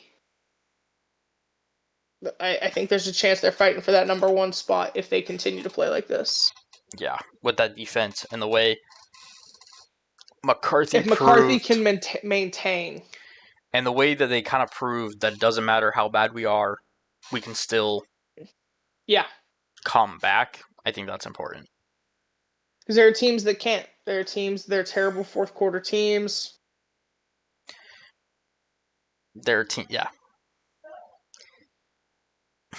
their teams There are that, teams that when they're down by the fourth quarter, they almost never come back. The 49ers, like to be a, I'm gonna be honest with you, being a great fourth quarter team is a big part of what makes the Chiefs what they are. yeah. Like So that's really where it counts. it's what made Tom Brady and the Patriots what they were. Yeah, So like to see that from someone who's basically a rookie was pretty was great. interesting. And I don't fault him for needing a couple of quarters coming off of 2 surgeries To get right. needing some time. So it was definitely good to see for him. It was a pretty fun game to watch overall. So no complaints. Just kind of glad it was a good football game. I thought it was going to be really boring, and I was really disappointed. I'm going to be honest with you, I was not engaged for about 2.5 quarters. I was on the phone with a friend for a while there, and it was like, dude, they suck. I'm struggling. Yeah. And then all of a sudden, on the phone with a couple friends, and it was on, and I was like, don't care. Pretty much. It's not great. I was watching it enough to come onto the pod and talk about it, and then the Vikings turned it on, and I was like, all right, we got a football game. So that was great. Alrighty. Really enjoyed that. Well, let's do a kind of a quick roundup of the rest of the week, and then Brennan and I will talk about the games we're going to pick for next week. So I think the game I really want to talk about was probably the most boring game of the day or the week. I want to talk about how bad the Dolphins are. I want to talk about that catastrophe that that was on Red Zone, and I'm watching as touchdown. That's crazy. Field goal, touchdown. Are the Colts good? To hear Scott Hansen say, this is the first time since Peyton Manning that the Colts have scored like 4 touchdowns in a game and like scored on 4 consecutive drives. It's the first time since Andrew Luck that they've won week 1. Yeah. There's a better. And there's even crazier. Jones, there's a crazier stat. This is the first time. I can't remember when they said it, from when, but it's the first time in a couple decades that a team scored on every single possession. Yeah. So I don't know if it's Shane Steichen really is just an offensive genius, and he found a guy that can at least be competent. If Anthony Richardson was really Daniel that bad, Jones looked good. He looked good. Like, it was a little crazy. It was a little insane. And then seriously, Miami. Miami might be the worst team in the league. 8 points. 8 points. And that defense was not good. Tua with 2 interceptions, 144 yards. No. You had a Tyreek Hill tantrum on the sideline. Like, it was a shit show for the Dolphins. It was literally a shit show. That defense was craziest. Awful. It was the weirdest game. I'm going to be honest. Last year, right, week 1, Bengals lose to the Patriots. I got it. Week 1 is weird. But this feels like this is the one being shut out for where you three think it's quarters, such a big lie that it has to be true. yeah. And that's That, like, this is who the Dolphins are. Now, I don't know, right, that I expect the Colts to be able to maintain this. but also like all But, the underlying stats say the Colts really didn't like it wasn't that they played great. It was just they played good. And if you play good, I think you can maintain that. like, I'm But just confused. I'm that it was one of the most confusing games of the week. This was It, this was the game that I thought would tell the most lies in terms of like, are the Dolphins really this yeah, bad? Are the Colts really this good? Part of me's like, I wonder if this game was actually truth. Or I, I think I, the Dolphins might be this bad, and I think the Colts might actually just be okay. I think it has to be. I think it has to be. Right? Like,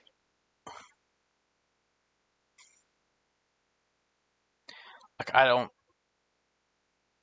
Truthfully, I just think it's time that the Dolphins go a different direction. I think we've proven that this this philosophy doesn't work. doesn't work. Because here's.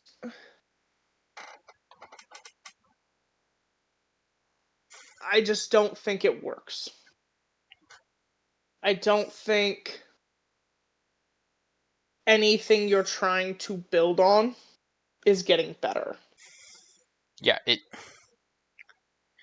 I think we're starting to just kind of you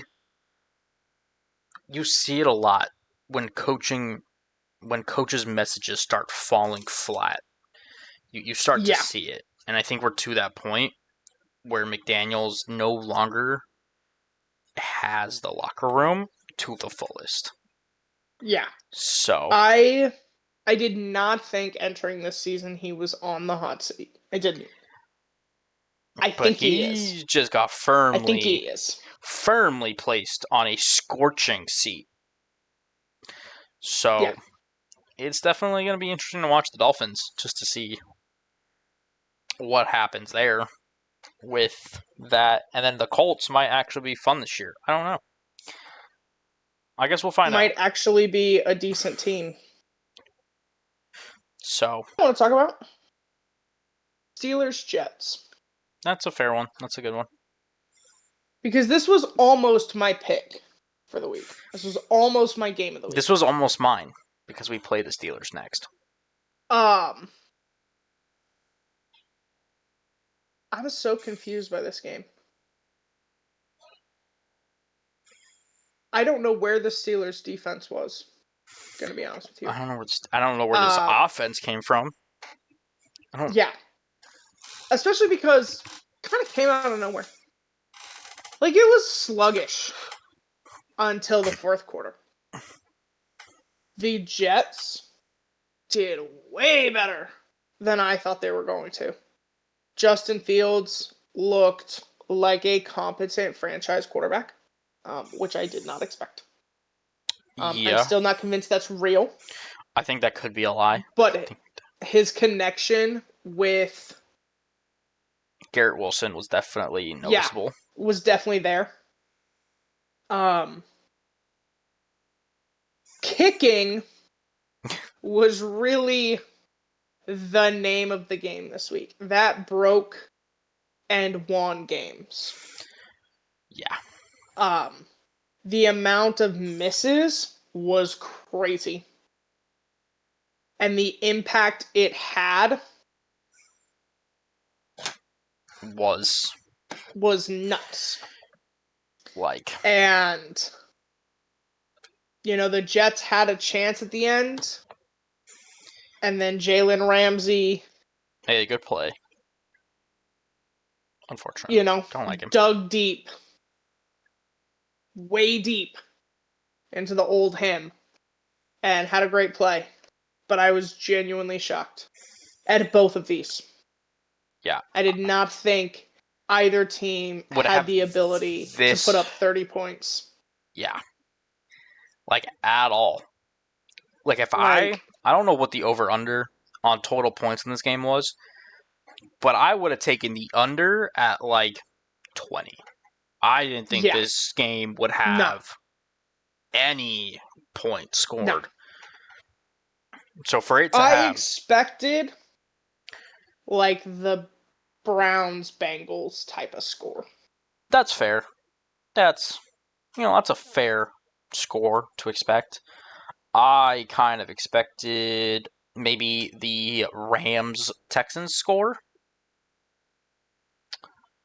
That's kind of where I was at, but I see it. Well, apparently both the Jets and the Steelers have a better O-line than the Texans. That's not overly surprising. Because Texans suck. shockingly, that continues to be an issue. Shockingly, Lincoln Tomlinson's not a good player. Could Like have told you that last year. little confused. Could have told you that.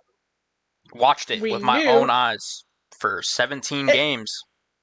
And here's the thing: the Rams weren't that good. Like I'm starting to. The Texans' defense played well.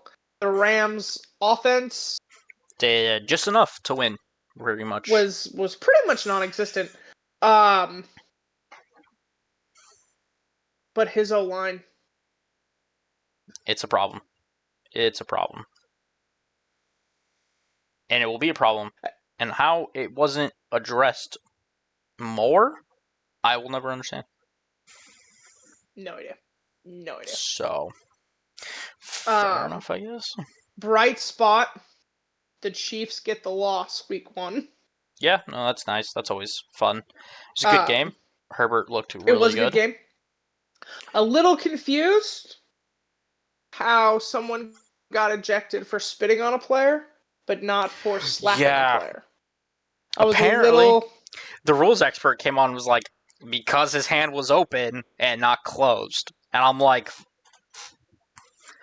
but I've seen. But spitting is like that's the line we draw. I mean, I think you get ejected for both. I think so too. That's not what happened this week. But I know, I'm saying. But the rules expert literally was like, because his hand wasn't closed. And I'm like, it was like, I'd get it if it was more of like a push, but he straight up just slapped him. Yeah, he straight up slapped him. That was nuts. Nuts. I don't know. It was kind of funny that it happened against the Chiefs. Kind of was. It was kind of like one of those. Yeah, like I felt a little vindicated. It was kind of one of those you got what you deserved type. But like confused. Yeah, I did enjoy it. You know what I'm a little intrigued by? When did Greg Roman learn how to call a pass play? I don't know. That's what I'm noticing. I don't know. Because Justin Herbert had 318 yards passing. Yeah. He threw the ball a lot. And they looked really good. Granted, he has, like, I think one of the deepest receiver rooms in the league. Like, looking at it, it's kind of stupid. The fact that he gets Quentin Johnson, I thought had a good game, but isn't a good player. Unless he figured out his drop problem. But if he figured out his drop problem, then holy shit, he might actually be good. But McConkey is really good. Keenan Allen, really good. Really good. Trey Harris, I think, could be a fun rookie. Disley and Conklin are both serviceable tight ends. Like, I thought this game was really good for the It was a Chargers. really good game. Chargers could be another fun one for a while. I was surprised they threw the ball as much as they did. Very much so. But I think they're finding the balance of their identity with the quarterback they have. And yeah, Herbert's a gunslinger, so you've got to be able to. You've got to let him do that. Got to let him gunsling. And then my I told you so of the week, I felt like, was Packers-Lions. Yeah. I think that was a tough week 1 matchup for the Lions, but I also get it. This year might I'm be a. not. I'm not saying they're going to be terrible. I think they will improve and build off this. But you cannot lose both your offensive and defensive coordinator in the same year and expect to just keep rolling. Yeah, that. Doesn't work that way. It's tough. It does not help that you were going up against a really good team with a Yeah, really good defense and a solid offense. But yeah, no, losing both your coordinators is not recommended. it's not the recipe for winning. Um, I do think this is gonna be an off year for the Lions. I did agree with that. I did think the Yeah, take to trade Campbell was still insane, but it's fine. it's fair. It's one of I think your craziest takes. I wouldn't do it now.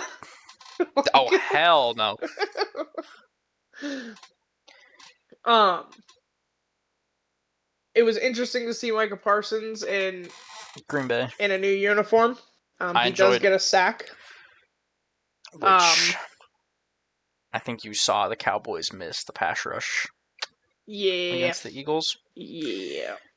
but I think that was an interesting game, given that both teams were missing their best defensive player. So the Cowboys didn't look as bad as I think some of us thought. The Eagles didn't look as great as some of us thought. Um, but when you trade one player and another one is ejected, it'll happen.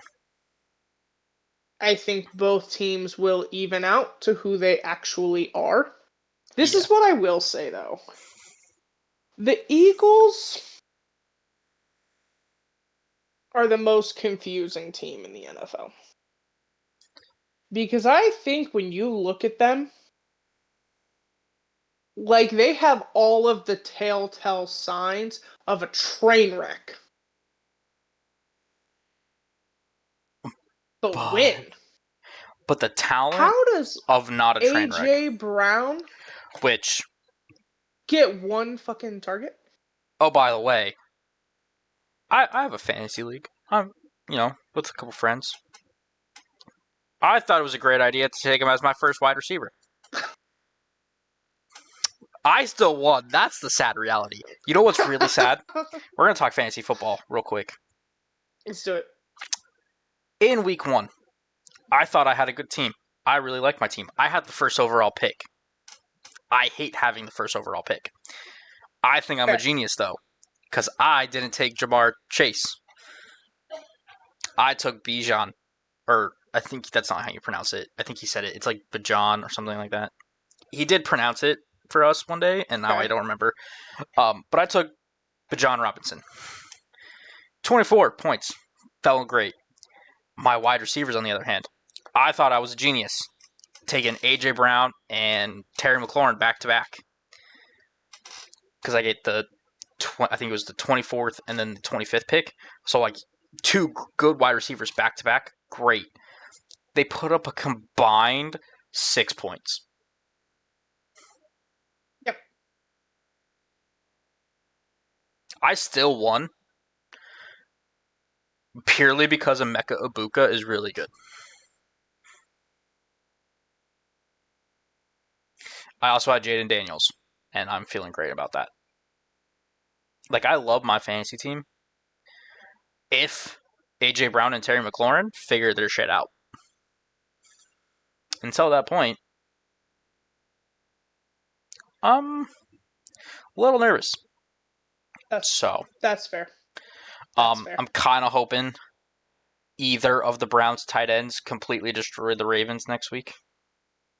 The Ravens tend not to be good against tight ends, so we're hoping the Ravens win. But I want Njoku or Fannin. I haven't decided who I'm starting yet to kind of just catch a ton of passes and maybe get a couple touchdowns. But Fair. hey, I do want the Ravens to win. I would just like. I'm gonna throw shit if they don't. I would just To be honest with like fantasy points. I'm gonna lose it. Okay, you can Um, lose it. But yeah, did you have any other thoughts on last week, not fantasy or otherwise? not from this week. not from this week. Okay. Week 1 again tells the most lies. So It we'll does. see what teams look like this week. Should be a good week. Ravens play the Browns Yeah. at 1 p.m. Pacific time. So obviously I will put out a preview video for that. They're a 10 a.m. game. I'm sorry, 1 p.m. Eastern time. Yeah. Is what I meant. Yeah. And then the Seahawks play the Steelers at 10 a.m. in Pittsburgh. So Nice. should be an interesting week. Games of the week. Yes. I know mine. I know which one I'm taking. Who's yours?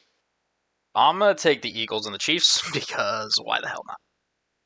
Fair enough. Okay. I think that'll be a. Um, I just want a good game. That's really it. I want a good game. And I was a little surprised by one of these teams last week. So I'm going to go Thursday night football. Commanders Packers. Nice. That was. I play the another one. Lions the following week. The Lions play the Bears. Yeah. I suppose I could do that. But I also just did the Bears for our thing, so I think we should change it up. And I want to mix it up. I'm gonna do Commanders Lions for Thursday night football. Commanders Packers. Commanders Packers Thursday night football. I'm hoping that's a good game. I don't want to use the word disappointed. The Commanders did not play as well as everyone had kind of thought they were going to. I don't think it's a sophomore slump. I think it's now teams have tape on you. So I'm just a little curious how that's going to go. The Packers do have a great defense. I do think this is a playoff matchup. Yeah, I think this has a chance to be the NFC Championship matchup. I'm going to be honest with you. So definitely could be. I just want a good game. I want good football. So yeah, I'm going to go Packers Commanders. Nice. Because the Commanders didn't play great. But I also think Russell Wilson's going to be losing his job soon. Yeah, so. Yeah, I like it. I'm excited for this week. Even though not excited for Seattle. Had a bad feeling about this game. Yeah, that's fair. But yeah, that's on it. And we'll discuss more in our previews this week. We'll obviously be doing those again. So look for those to come out. There'll be one for the Ravens, one for the Seahawks. Check those out. We'll get into our games in depth, bring you injury reports and whatever else we need to talk about for those games. Apologies for this week where we didn't have the videos fully set up how we normally would want to. We had some technical difficulties. So hopefully you still enjoyed them. We have them fixed. But yeah, hopefully you still enjoyed it. Hopefully we got them fixed for this week. If not, you'll still get them. They'll just might be a little different. Yeah. But that all being said, make sure to check those out later this week. Make sure to like, subscribe, comment. Let us know what you all think. Let us know how your team did this week, week 1 of the NFL season. Let us know anything about college football you want to hear about. Any specific teams, always open for that. Any other sports you want to hear about. Remember, hockey and basketball are only like a month away, so we're going to get into those here soon. Should be really exciting there. The Women's World Cup for rugby is going on this weekend. The USA has been eliminated, but still worth a watch. So, if you want to watch rugby, there you go. But all that being said, I think that does it for us this week. Thank you all for joining us. We've been Flock Size Podcast. I've been Brendan. And I've been Dallas. Thank y'all.